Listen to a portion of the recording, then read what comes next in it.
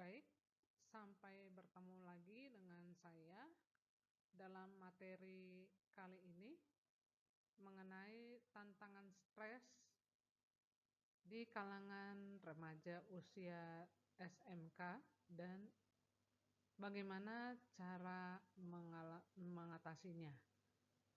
Oke, kita akan lihat penyebab stres di kalangan siswa SMK. Yang pertama adalah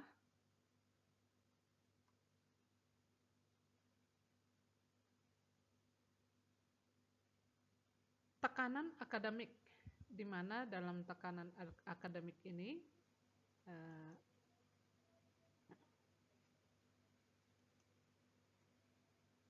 siswa itu dituntut harus mengikuti kurikulum yang begitu padat, di mana banyak tugas dan ujian cukup padat. Kemudian adanya tingkat persaingan yang cukup tinggi, di mana untuk menjadi siswa terbaik kudu mendapatkan pekerjaan yang diinginkan. Jadi untuk mendapatkan prestasi yang terbaik itu tentunya butuh tenaga ataupun effort yang cukup tinggi, ya. Nah, namun yang ketiga ada lagi yang menjadi penyebab stres di kalangan siswa SMK, yaitu adaptasi dengan dunia kerja. Karena SMK itu begitu lulus langsung diminta untuk mempraktekkan langsung keterampilan teknis ataupun praktek lapangan yang menantang selagi mereka masih di usia sekolah. Nah, selanjutnya akan kita lihat dampak stres pada prestasi akademik dan kesehatan, di mana adanya konsentrasi yang terganggu, kesulitan belajar, penurunan motivasi dan semangat belajar. Tentunya gangguan kesehatan fisik dan mental juga akan timbul.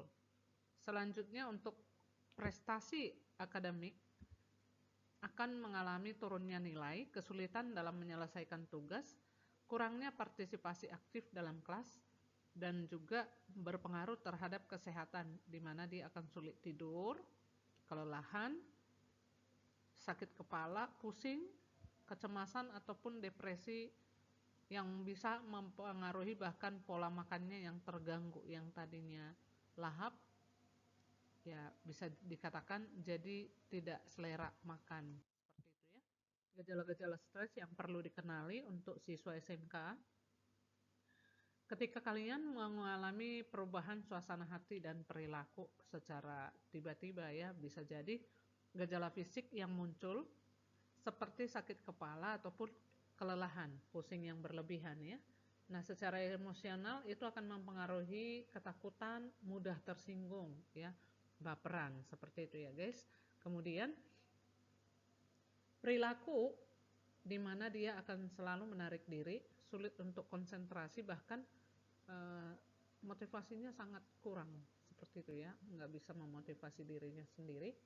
Lalu ada lagi secara fisik akan terlihat seperti sakit kepala, seperti kelelahan, nggak ngerjain apa-apa, kelelahan seperti itu ya. Ada gangguan tidur ya, dan juga nafsu makan yang tadi ya. Selanjutnya, strategi untuk mengatasi ataupun mengelola stres. Yang pertama kita lihat ada manajemen waktu dengan cara membuat jadwal yang realistis lah ya. Jadi nggak usah terlalu muluk-muluk.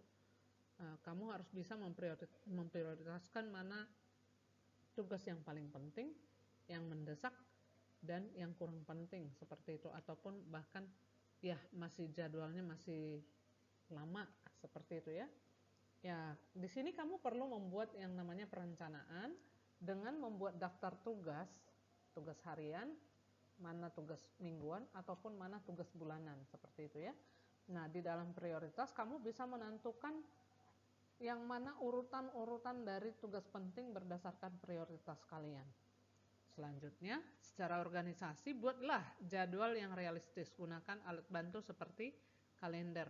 Kamu bisa lingkar-lingkari sesuai dengan jadwal yang kalian perlukan. Yang selanjutnya, strategi mengelola stres, aktivitas fisik dan relaksasi. perlu ya. Nah, olahraga secara teratur minimal ya 30 menit lah per hari ya. Kemudian berlatih teknik relaksasi seperti meditasi ataupun yoga itu perlu. Kamu juga perlu meluangkan waktu untuk melakukan sesuatu yang kamu senangi ya, berupa hobi ataupun kegiatan yang menyenangkan bagi kalian.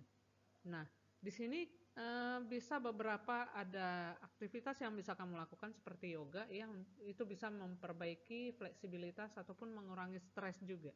Tentunya dengan berlari juga yang kedua, kamu bisa meningkatkan suasana hati dan melepaskan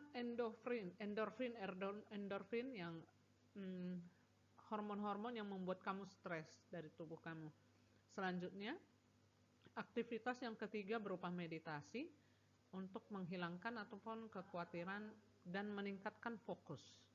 Nah, seperti itu. Peran guru dan orang tua dalam mendukung siswa dalam hal ini, guru berperan sebagai mentor ataupun motivator ya, akan memandu kalian nantinya. Sedangkan orang tua memberikan dukungan emosional yang praktis. Nah, harapannya anak muda zaman sekarang katanya generasi eh, generasi pencetus ya. Nah, generasi yang bisa mencari solusi tentunya. Kamu temukan dengan cara komunikasi terbuka antara guru, orang tua pun maupun siswa, antara kalian dengan orang tua dimulai terlebih dahulu. Yaitu supaya apa? Kamu itu mendapatkan dukungan akademik, kemudian dukungan emosional dan komunikasi terbuka. Ya. Nah, ini bisa kamu terapkan dalam kehidupan untuk mengurangi stres dengan hal yang menganggap stres itu adalah hal yang wajar namun dapat dikelola tentunya ya. Jadi bukan dari akhir dari segalanya.